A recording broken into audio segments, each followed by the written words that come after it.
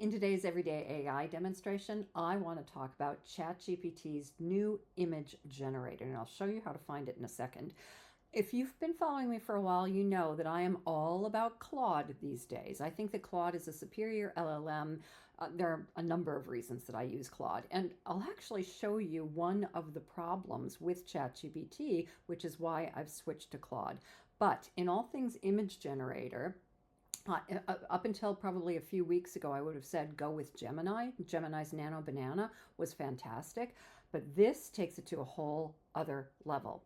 I've been using it to generate slides for my slide decks. I have been using it to generate images for brochures and flyers, even infographics, which was something that it was just not capable of. In fact, none of them were really capable of until now. So I want to demonstrate a few things that I've created recently, and then I'll show you how I've done that.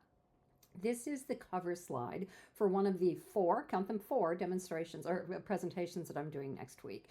This is the presentation for Monday. It's with Knack Hair Collective. So it's a group of hairdressers. It's a hairdresser conference, and I wanted to depict hairdressers with the title of the keynote on the slide. So far, so good. Got it in one. The next slide that I want to show you was a little bit further down the presentation. I'm talking about the apprenticeships, and it's a little bit problematic. So I wanted to have this stat and really evoke the picture of an unhappy apprentice. Again, I think it did a great job, did it so seamlessly and so quickly. It was absolutely head spinning. And then about, halfway through the presentation, we're going to do a little exercise. And I dare say that this exercise will be a bit surprising to the participants. So I wanted to denote that surprise and shock, maybe even at the findings of this exercise that they're doing. Again, got it in one. I just love this.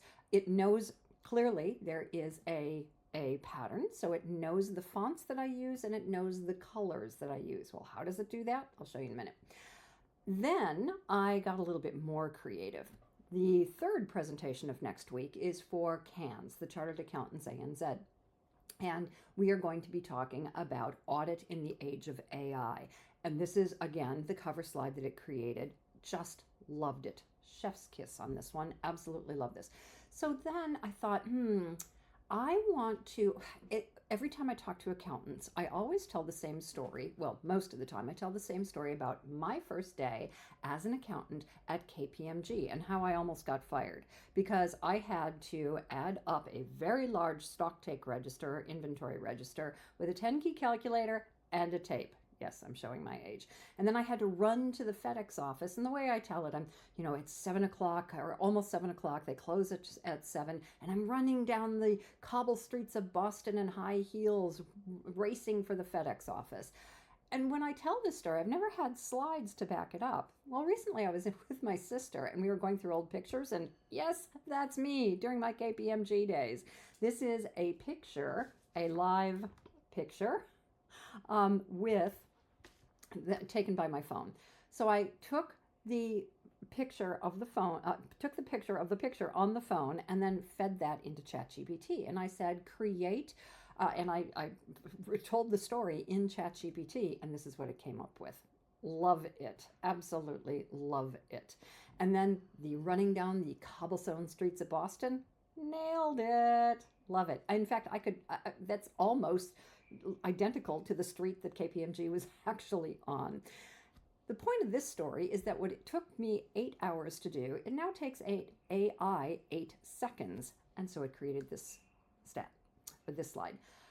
Absolutely, the functionality in the new image generator is mind-blowing, even to the point where it's creating, as I said, infographics. The first infographic, and if you've been following my my future-proofed newsletter, you will have recognized this model, and you'll possibly recognize the fact that I changed model midstream. I'm writing a series in that newsletter called Future-Proofed about reimagining the talent model. It's called the Future-Proof Talent Model, as you can see. The first infographic that I created, I used Notebook LM, which was my go-to for infographics, even better than Gemini, before ChatGPT's new image generator.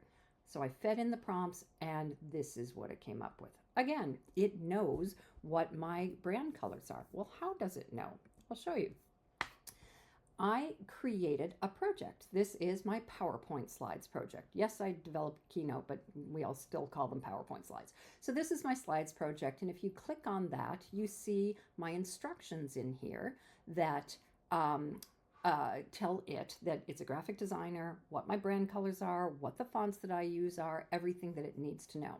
Now here is the problem. As you can see, I have a lot of chats in this project because it kept getting confused.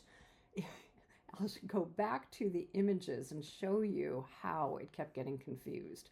So for instance, at KPMG, I uploaded the picture of the picture, and it created a series, and I worked together with it to figure out how I wanted it to go. And then I thought, oh, it needs the text. I didn't put the text in. So I asked it to put the text in, and the first one that it came up with was without the text and a completely different person. And then it put in the text and the completely different person, not in my fonts, and then in my fonts with the right suit, but completely different person. So that took a while to work out because projects get confused. Even though it should follow the instructions every single time, it doesn't. It gets confused, and especially with image creators, with generating images, it will...